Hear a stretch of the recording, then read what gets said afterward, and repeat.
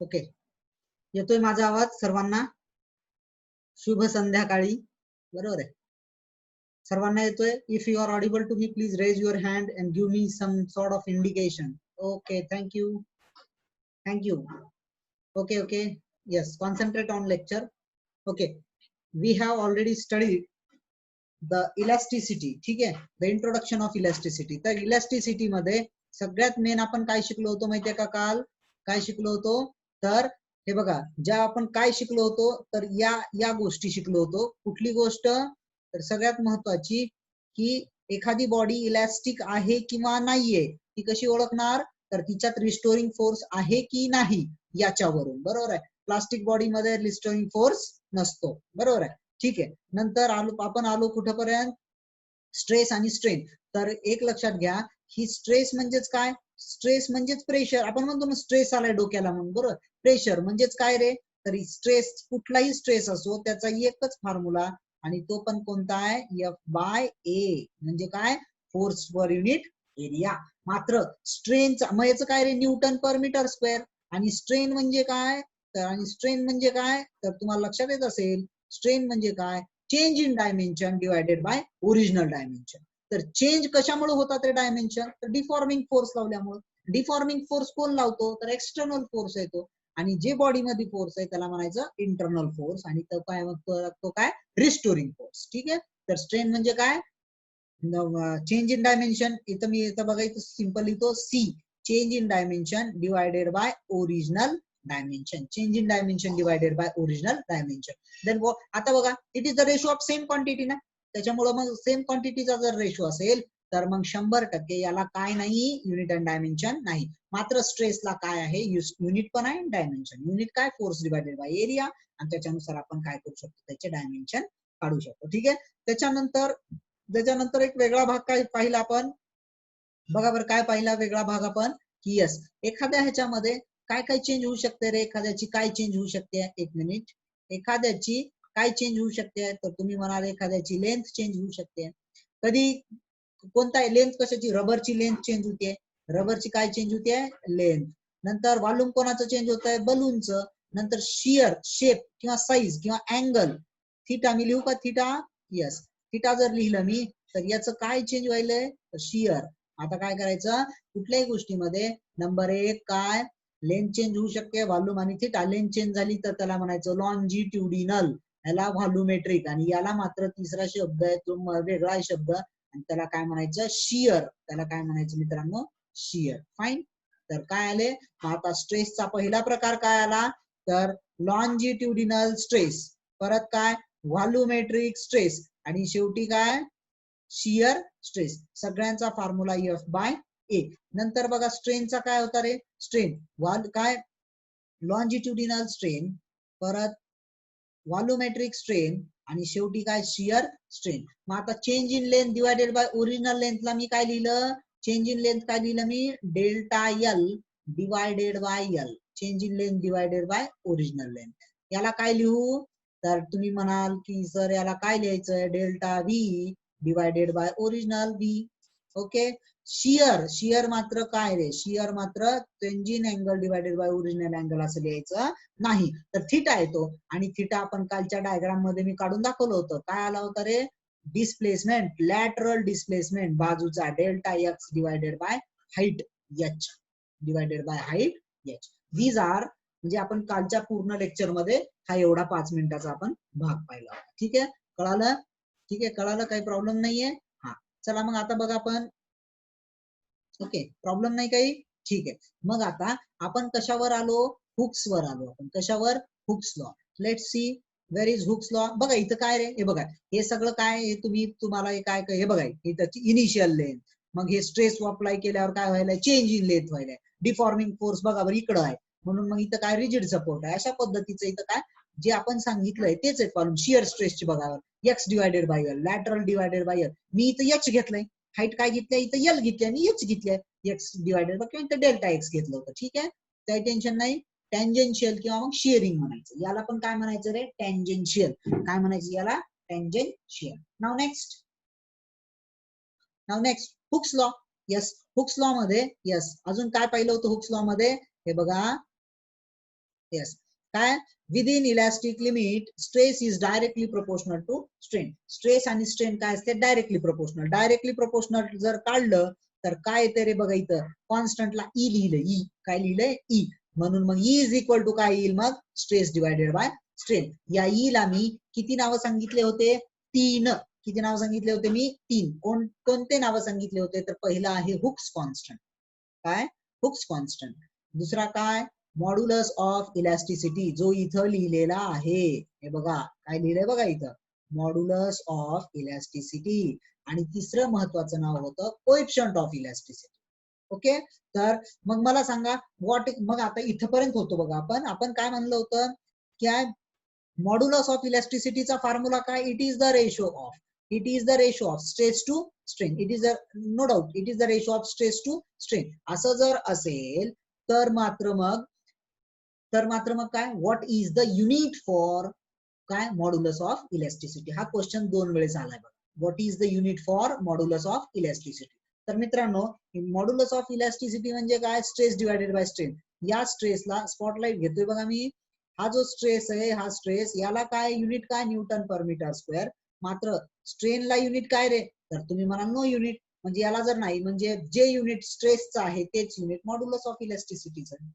बघा हे महत्वाचं वाक्य मी काय म्हणतोय जे युनिट स्ट्रेसचं आहे जे डायमेन्शन स्ट्रेसचे आहेत तेच डायमेन्शन कोणाचे आहेत तर मॉड्युलस ऑफ इलास्टिसिटीचे. काय होता न्यूटन पर मीटर स्क्वेअर 1 - 1 - 2. फाईन ठीक आहे. तर अशा पद्धतीनं आपण इथपर्यंत होतो. मग काय पाहिलं आपण यस हे बघा दीज आर ओके. चलो नेक्स्ट काय depending on nature of forces applied modulus of elasticity is classified as. What is the classification. Next पहिला आहे हे बघा कसला मॉड्युलस बघा कसला मॉड्युलस एंग्स मॉड्युलस. दुसरा कोणता आहे बल्क. आणि तिसरा मॉड्युलस ऑफ काय रे रिजिडिटी. थोडा चेक करा बरं मी इथं जे लिहितोय किंवा इथं रेड कलर न दाखवतोय ते बघा. तर यंग्स मॉड्युलस कशाच्या हिशोबात असतो लेंथ. कशाच्या रिस्पेक्टिव्ह असतो लेंथ. मॉड्युलस ऑफ इलास्टिसिटी कशाच्या ह्याच्यात असते व्हॉल्यूम. आणि मी जे अँगल म्हणत होतो त्याला आपण शेप सुद्धा म्हणू शकतो. म्हणजे मॉड्युलस ऑफ रिजिडिटी रेस्पेक्टिव्ह कशाच्या असते शेप और अँगल. बल्क मॉड्युलस ऑफ काय व्हॉल्यूम आहे आणि यंग्स मात्र काय लेंथ आहे. ठीक आहे इथपर्यंत क्लिअर आहे. त्याला एक एक बघू आपण मॉड्युलस. मग आता बघा पहिला मॉड्युलस आता थोडस याच्याकडे लक्ष द्या बघा आता Young's modulus. Okay Young's modulus मध्ये लिहित असताना ओके यंग्स मॉड्युलस म्हणजे काय थोडं बघा लक्षात घ्या. y is equal to longitudinal पहिला. आता एक लक्षात घ्या रे आपल्याला किती मॉड्यूल करायचे तर बघा इकडं किती होते रे स्ट्रेसचे प्रकार 3 होते. फाईन कुठले कुठले हा लॉन्जिट्युडिनल होता हा व्हॉल्युमेट्रिक होता आणि हा शियर होता. तर स्ट्रेनचे किती भाग होते स्ट्रेनचे किती भाग होते परत 3 होते. तर काय करायचं मित्रांनो ह्याचे जे भाग आहेत याचा पहिला म्हणजे काय रे longitudinal stress divided by longitudinal परत स्ट्रेसच्या जागी काय येणार आता स्ट्रेन. म्हणजे काय it is the ratio of longitudinal stress divided by longitudinal strain. ठीक आहे लॉन्जिट्युडिनल स्ट्रेस म्हणलं की एकच फॉर्म्युला एफ बाय काय ए. आणि याचा फॉर्म्युला मात्र बघा याचा फॉर्म्युला आपण काय लिहिला होता डेल्टा काय लिहिलं होतं रे यल अपॉन यल. ठीक आहे हा हे बघा खूप महत्वाचा फॉर्म्युला आहे. याच्यावर 100% एक्झाम्पल असते. फक्त याला कॅल्क्युलेशन करणारा कॅल्क्युलेटर म्हणजे जो आपली प्रॅक्टिस आहे ती पाहिजे. काय F by A divided by delta L divided by हे एल. हे कुठून आलं तर तुम्ही म्हणाल की हा स्ट्रेसचा पहिला प्रकार आहे आणि हा स्ट्रेनचा पहिला प्रकार आहे. दोन्ही पहिल्या प्रकाराची भागाकार म्हणजे यंग्स मॉड्युलस. आता बल्क मॉड्युलस म्हणजे काय बल्क मॉड्युलस के लिहितात. तर बल्क मॉड्युलस काय पहिल्याचा जो दुसरा प्रकार आहे स्ट्रेसचा आणि दुसरा प्रकार स्ट्रेनचा आहे त्याचा भागाकार. म्हणजे पहिल्याचा प्रकाराचा काय येईल रे ऑफकोर्स काय येईल एफ बाय एच येईल काही हरकत नाही. आणि मात्र याला काय येईल रे डेल्टा एलच्या जागी काय लिहितात delta V divided by B. Okay, काही अडचण नाही. तर अशा पद्धतीने आपण काय केलंय, अशा पद्धतीने आपण काय केलंय, हे कोणते मॉड्युलस आहेत, पहिला आहे यंग्स आहे आणि दुसरा काय कुठला मॉड्युलस आहे, बल्क आहे. कुठला मॉड्युलस आहे, बल्क मॉड्युलस. कळालं? ओके, तर आता मला सांगा याचे काय, मग यंग्स मॉड्युलसचं युनिट काय, तर तुम्ही म्हणाल यंग्स मॉड्युलस, हे बघा रे मी इथं जे स्पॉटलाइट दाखवतोय बघा, हे जे आहे याला काय नाही, तुम्ही म्हणाल युनिट नाही, म्हणजे जे एफ बाय ए चं युनिट आहे तेच वाय चं युनिट आहे. इथं पण delta V divided by V ला काय युनिट नाही, म्हणजे जे एफ बाय ए चं आहे तेच के चं आहे. म्हणजे मॉड्युलस, यंग्स मॉड्युलस, आता व्यवस्थित आहे का bottom line, Young's modulus, bulk modulus आणि modulus of rigidity. Young's modulus, bulk modulus आणि मॉड्युलस ऑफ रिजिडिटी यांचे युनिट, यांचे डायमेन्शन हे कोणासारखे असते, स्ट्रेस, कोणासारखे असते, स्ट्रेस. ठीक आहे. अजून एक क्वेश्चन, एफ बरोबर काय लिहिता येईल रे मला, इथं बघा एफ बरोबर काय लिहिता येईल, एफ बरोबर काय लिहिता येईल, एफ, हे बघा एफ, एफ च्या जागी काय टाकू, इज इक्वल टू ला is equal to F divided by M A. A जर असेल ऍक्सलरेशन ड्यू टू ग्रॅव्हिटी. ठीक आहे. मग आता वायर असेल तर पाय आर स्क्वेअर. ठीक आहे. बघा हे फॉर्म्युला तयार झाला आणि हे काय रे, हे जशाच तसं delta L divided by L. This is your formula. Which formula, M G divided by pi r square divided by delta L divided by L. This is what about Young's modulus. कशाचं आहे ते, Young's modulus. चला मग आता आपण ही जी theory बघितली ती पुस्तकातून बघू आता. Yes, Young's modulus of elasticity. बघा इथं काय दिलंय, Young's modulus काय, F by A आणि डेल्टा L by L. म्हणजे काय येईल रे, F एक भागाकारातला भागाकार. इथं बऱ्याच जणांचं कन्फ्युजन आहे बघा, बऱ्याच जणांचं कन्फ्युजन आहे, हे ह्याच्याहून हेच कळत नाही पोरांना कसं काढलं. एफ बाय ए ला एफ बाय ए लिहायचं, भागाकारातला भागाकार म्हणजे वर जाऊन गुणाकार, स्मॉल एल गुणाकारात येणार आणि डेल्टा एल भागाकारात येणार. ठीक आहे. This is your formula for Young's modulus. आता थोडं बघा, हे बघा मी इथं हे बघा हे सांगितलंय, काय केलंय, फोर्सच्या जागी काय लिहिता येते, F is equal to M A. M म्हणजे व्हॉट, मास, आणि ए म्हणजे काय, ऍक्सेलरेशन आहे. पण ऍक्सेलरेशन जर ड्यू टू ग्रॅव्हिटी द्यायचं असेल तर जी जी, म्हणजे काय मित्रांनो, इथं बघा हा फॉर्म्युला, हा जो formula F divided by A आणि L divided by delta L, L divided by delta L तशाल तसं एफ च्या जागी एम जी आणि ए च्या जागी हा महत्वाचा आहे बरं का फॉर्म्युला. हे बघा इथून हे महत्वाचे आहेत. एक मिनिट, हे बघा हे दोन. ओके, हे महत्वाचे आहे. ठीक आहे. चलो नेक्स्ट काय रे, बघा एक तिथे एक वाक्य लिहिलंय बघा, कोणाच्या निदर्शनास आलंय का ते वाक्य, हे बघा. Yes, read the sentence carefully. Young's modulus is only defined for solids, not for liquid and gases. मग मला सांगा हे स्टेटमेंट बरोबर कसं काय रे, कारण यंग्स मॉड्युलस सतत कशाबद्दल बोलत असतो, लेंथ बद्दल. मग मला सांगा लिक्विड आणि गॅसेसला लेंथ असेल का, मायन्यूट म्हणजे जे आपल्याला पिकोमीटर वगैरे मिळेल ते आपण मेजर नाही करू शकत. ठीक आहे. म्हणून यंग्स मॉड्युलस हा फक्त लेंथच्या संदर्भात असल्यामुळे आपण काय करू शकतो, तो फक्त सॉलिडची आहे. Okay okay. बघा आता इथं काय अजून एक वाक्य बघा, काय लिहिलंय, larger the value of Y more elastic could be. म्हणजे काय रे, सगळ्यात जास्त इलास्टिक कोण असेल तर त्याचे सगळ्यात वाय जास्त असेल. हा क्वेश्चन व्यवस्थित लक्षात ठेवून नोट करून ठेवा. मी काय म्हणतोय, जर वाय एखाद्याचा जास्त असेल तर तो इलास्टिक जास्त असेल का कमी असेल, ऑफकोर्स जास्त असेल. म्हणून स्टीलचं किती आहे रे, स्टीलचं आहे 2 गुणिले 10⁻11 घात. 10⁻11 म्हणजे 1 वर 11 शून्य गुणिले 2, एवढी मोठी व्हॅल्यू ही कोणाची आहे, यंग्स मॉड्युलसची आहे. कोणाची आहे, यंग्स मॉड्युलसची आहे. एक मिनिट,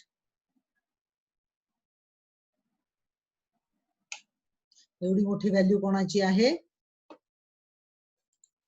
ओके येतोय आवाज आता, ओके एवढी मोठी व्हॅल्यू कोणाची आहे, स्टीलची आहे. म्हणून स्टील सगळ्यात जास्त इलास्टिक आहे. Steel, Y steel is more elastic than rubber, because the value of, because the value for Young's modulus for steel is very much higher. Means किती, खूप हाय आहे त्याची व्हॅल्यू.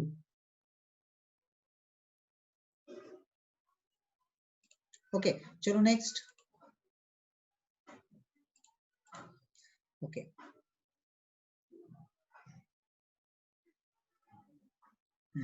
हे बघा अजून एक क्वेश्चन बघा, हे फार महत्वाचं आहे बरं काय. हे जे आपण आता मी ज्या पुस्तकातून काढलंय ते फार महत्वाचं आहे. काय लिहिलंय बघा बरं रे, काय लिहिलंय इथं बघा. Yes, for perfectly rigid body the value of Y is infinite. 2 वेळेस क्वेश्चन आलेला आहे हा. काय म्हणलंय, for perfectly rigid body the value of Y is infinite. खूप जास्त इन्फिनिटी असेल तर ती बॉडी कशी असते, रिजिड. जर जास्त असेल तर ती बॉडी कशी असते, इलास्टिक. का बरं, कारण तुम्ही मला हुक्स लॉ कधी ओबे करतो रे, तर तुम्ही मला हुक्स लॉ फक्त विदिन इलास्टिक ओबे करतो. ठीक आहे, म्हणून ती तसं आहे. ओके, अशा पद्धतीने हे काय झालं, आपण काय पाहिलं आपण. ओके, हे काहीच नाही, हे डबल डबल फॉर्म्युले आलेले आहेत. Yes, okay, will move towards bulk modulus of elasticity. मग याचं काय येईल रे, याचं बल्क मॉड्युलस काय येईल, जरा चेक करा बरं. Yes, F divided by A divided by delta V divided by V. मग आता एक लक्षात ठेवा, एफ डिवायडेड बाय ए म्हणजेच काय रे, मी तुम्हाला खूप वेळेस झालं सांगतोय बघा. हे फोर्स म्हणजेच काय रे, हे फोर्स म्हणजेच काय, फोर्स डिवायडेड बाय एरिया म्हणजेच काय, प्रेशर. हे काय, प्रेशर. तर सांगा मला, व्हॉल्यूम कशाला असते. आता बघा आता एक minute. Negative sign indicates that when the pressure increases the volume decreases. आता ऐका, हे काय रे, बी मीन्स व्हॉट, व्यवस्थित समजून घ्या. बी म्हणजे काय, बल्क मॉड्युलसला बी घेतले. तुम्ही बोर्डाचं जर पुस्तक काढलं तर तिथं के घेतलं असेल. ठीक आहे, तर एफ डिवायडेड बाय एफ म्हणजे पी आलं, डेल्टा. मग हे मायनस का आलंय, कारण आता बघा, delta V divided by V काय रे, तर तुम्ही म्हणाल सेम क्वांटिटीचा रेशो आहे, तर याचं युनिट वगैरे सगळं कटलं. मग हे प्रेशर म्हणजेच बल्क आहे. याचा अर्थ ही जी क्वांटिटी आहे ती कोणासारखी आहे रे, प्रेशर सारखी आहे. कोणासारखी आहे, प्रेशर. युनिटच्या संदर्भात प्रेशर सारखी आहे. मग मला सांगा, हे काय, बल्क मॉड्युलस कशाबद्दल बोलते, व्हॉल्यूम. आणि हे काय रे, प्रेशर. मग आता प्रेशर वाढलं की व्हॉल्यूम कमी व्हायला पाहिजे. फॉर एक्झाम्पल बघा, तुम्ही ह्याचा पाईप पाहिलाय, आपल्या पाणी आल्यावर पाण्याचा पाईप, बरोबर, आपण जे पाणी वगैरे मोटर लावून घेतो ना आपण ते पाणी. मग मला सांगा, पाणी काय 1 इंचीचा पाईप आहे, 1 इंच पाईप आहे. आणि मला जर पुढं मारायचं असेल, प्रेशर जास्त पाहिजे असेल, अंगणात मला जर इथं थांबून पाणी मारायचं असेल, तर आपण काय करतो रे, तर आपण काय करतो, मोटर नवीन आणतो का पाईपलाईन मध्ये काही वेगळा बदल करतो, काहीच नाही करत. बघा, आपण त्या पाईपचा जो पुढचा जो पाईप आहे, तो पाईप आहे, त्याचा जो एरिया आहे तो काय करत असतो रे, सतत कमी करत असतो. एरिया कमी केला की ऑटोमॅटिक काय वाढलं, प्रेशर वाढलं. म्हणून प्रेशर वाढलं. बघा, बरोबर आहे की एरिया, जेवढं एरिया कमी करत जाल तेवढं प्रेशर वाढत जातं. याचा अर्थ bulk modulus is equal to minus P divided by delta V. काय आहे हे, ठीक आहे. चलो नेक्स्ट.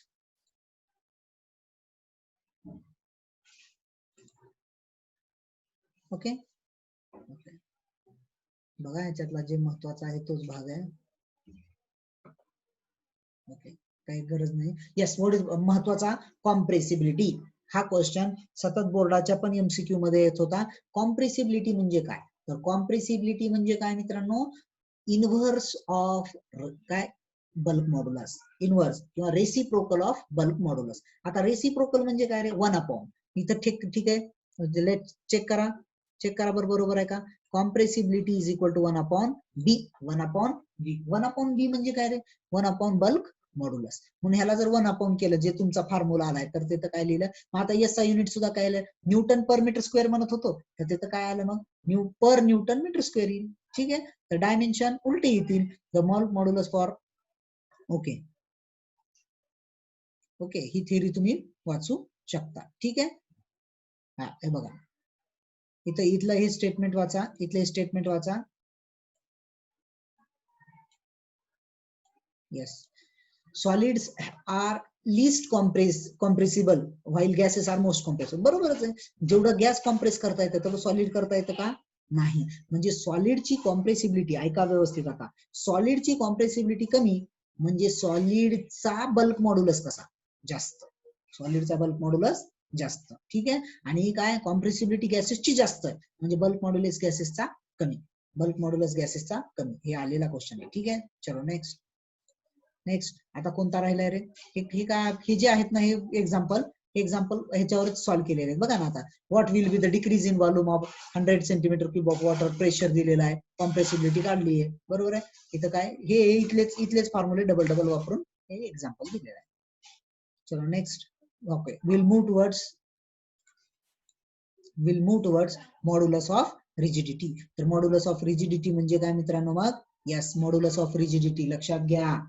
बघा मी काय सांगतोय, हा फॉर्म्युला मी सांगितला होता. कोणता? मॉड्युलस ऑफ रिजिडिटी, इटा म्हणायचं. हा जो सिम्बॉल दाखवतोय मी, हा सिम्बॉल याला म्हणायचं इटा. काय म्हणायचं याला? इटा. एफ बाय ए म्हणजे काय? स्ट्रेसचा formula, shear stress divided by shear strain. लक्षात घ्या, शियर स्ट्रेन मी हा थिटानं दाखवतोय आणि थिटा बरोबर काय घेतलंय? Delta L divided by L. आणि माझ्या मते आपण काय घेतलं होतं? तर आपण काय घेतलं होतं? Delta X divided by H. Delta X divided by H असं काय आपण काय घेतलं होतं? आपण घेतलं होतं. ठीक आहे. तर अशा पद्धतीने याच्यात सुद्धा काय करता येईल? मग सगळ्यात महत्वाचं वाक्य काय?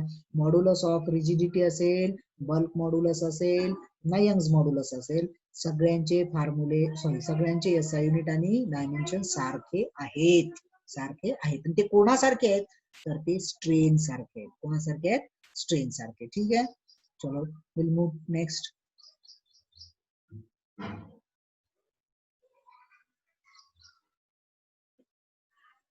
बघायचं काय दिले बघा रे,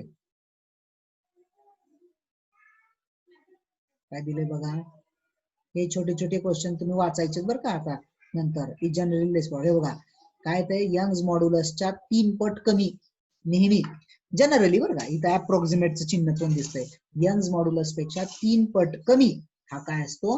मॉड्युलस ऑफ रिजिडिटी असतो. काय असतो? Modulus of rigidity. ठीक आहे. हा, तर आता ह्याच्यात 1-2-3 फॉर्म्युले पण असतील खाली, चेक करू आपण. ओके, चला. Factors affecting on elasticity. आता इलॅस्टिसिटी बघा, इफेक्ट ऑफ टेम्परेचर. छोटं बघा, for all material the temperature काय, the modulus of elasticity decreases with rising temperature, म्हणजे इनव्हर्सली प्रोपोर्शनल. याला काय करूत आपण? बघा मी कसं लिहितोय बघा. लिहिताना कसं लिहितो मी? हे काय 1 upon inversely proportional to 1 in directly proportional 1 upon केली inversely. Effect of impurity, the addition of impurity affects the elastic property depend on whether impurity, okay, when carbon is added. Okay, तुम्हाला मी सांगितलं होतं बघा. कुठली रे? कुठली प्रॉपर्टी सांगितली होती मी? Yes, इथे एक महत्वाचा पार्ट आहे. सोल्युबल इम्प्युरिटी, स्पॅरिंगली सोल्युबल आणि इनसोल्युबल. सोल्युबल म्हणजे काय? एखादी मीठ आहे, मीठ आहे, सोल्युबल इम्प्युरिटी आहे, सोल्युबल आहे. स्पॅरिंगली म्हणजे अर्ध सोल्युबल कोण आहे? अर्ध सोल्युबल. तर आता बघा, स्पॅरिंगली सोल्युबल आणि दुसरं अल्कोहोल. परत तुम्ही जे काय करता, फरशी पुसायला काय घेता? लिझॉल वगैरे, फेनॉल. ठीक आहे. तर हे काय केलेलं आहे? स्पॅरिंगली. आणि टोटली इनसोल्युबल काय? ऑइल. कुठलंही ऑइल पाण्यात मिसळत नाही. तर याचा परिणाम. तर इथे एक वाक्य वाचा. हा, इथे फार महत्वाचं वाक्य आहे. बघा काय लिहिलंय बघा बरं. When carbon is added into iron and potassium to gold, their elasticity are काय होते? वाढते. इलॅस्टिसिटी काय व्हायला? वाढायला. ठीक आहे. तर अशा पद्धतीत एनेलिंग म्हणजे काय? Heating and cooling gradually. म्हणजे काय करतो आपण? फार काय हीट करायचं ग्रॅज्युअली. एनेलिंग म्हणजे काय?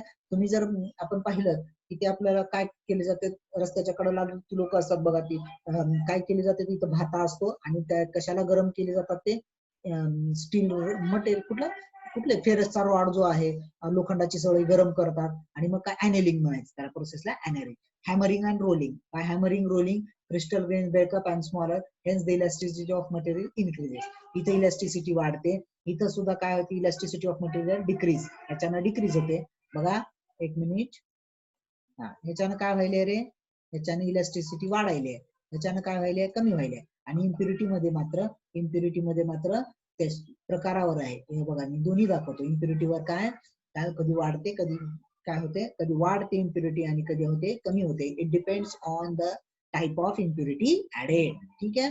आणि टेम्परेचर वाढलं की काय व्हायले रे? इलॅस्टिसिटी काय व्हायली? इलॅस्टिसिटी विथ काय व्हायली? टेम्परेचर वाढल्यावर कमी व्हायली. ठीक आहे.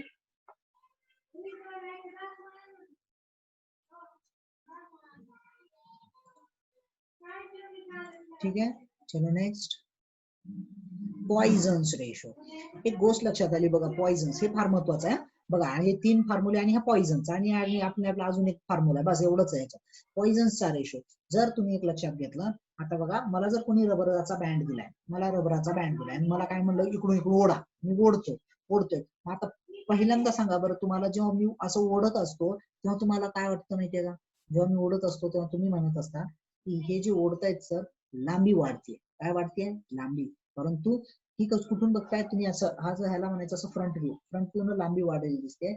जर तुम्ही त्या लॅटरल व्ह्यू कडे गेलात, लॅटरल, तर तुम्हाला त्याचा डायमीटर कमी झालेला दिसतो.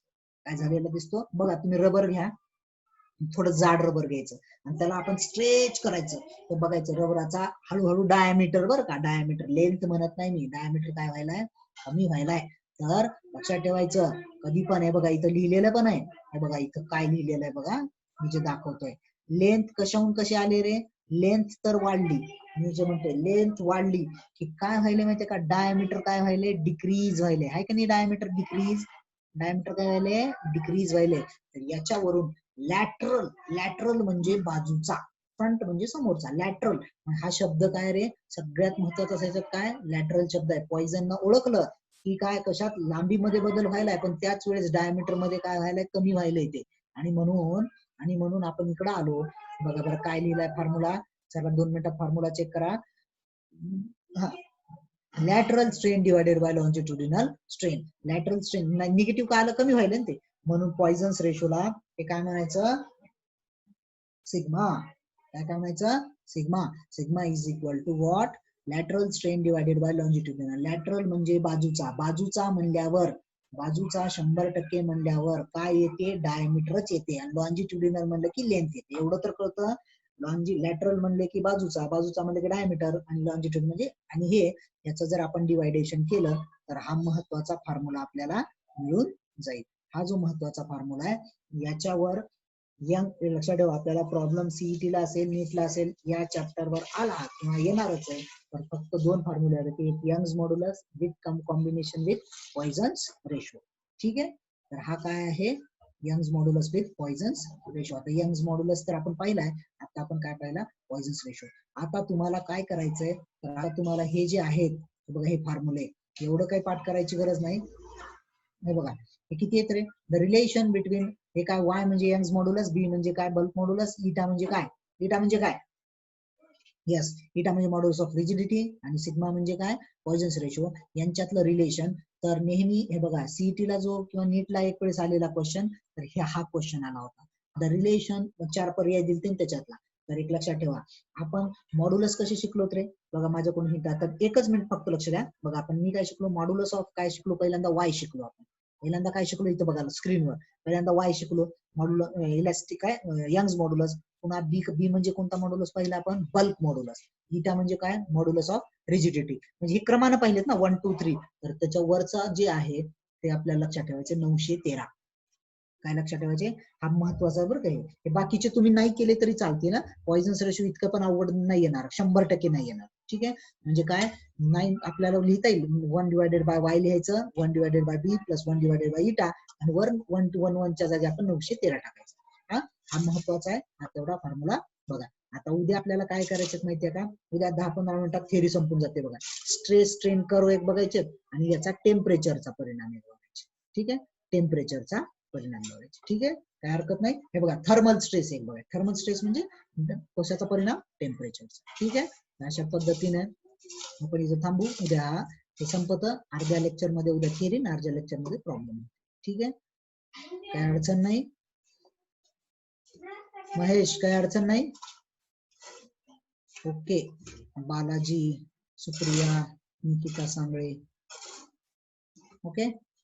वैभवी,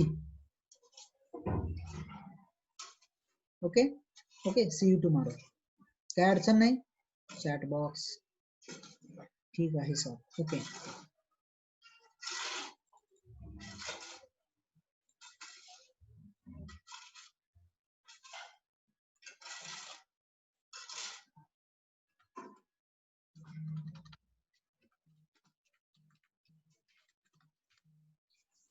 ओके, तर हे मी व्हिडिओ लेक्चर, हे जे लेक्चर आहे याचा व्हिडिओ मी रेकॉर्ड केलाय. कोणाला जर का कोणाला समजा नेटवर्कचा प्रॉब्लेम असेल तर त्यांनी युट्यूबची लिंक सेंड करतो मी, त्याच्यावर पाहून घ्या. ठीक आहे, थँक्यू. बऱ्याच ठिकाणी बघा रेंज नुसार काही जणांना स्पष्ट ऐकू येते, काही जणांना थोडंसं कमी ऐकू येतंय किंवा व्हिडिओ नाही दिसत.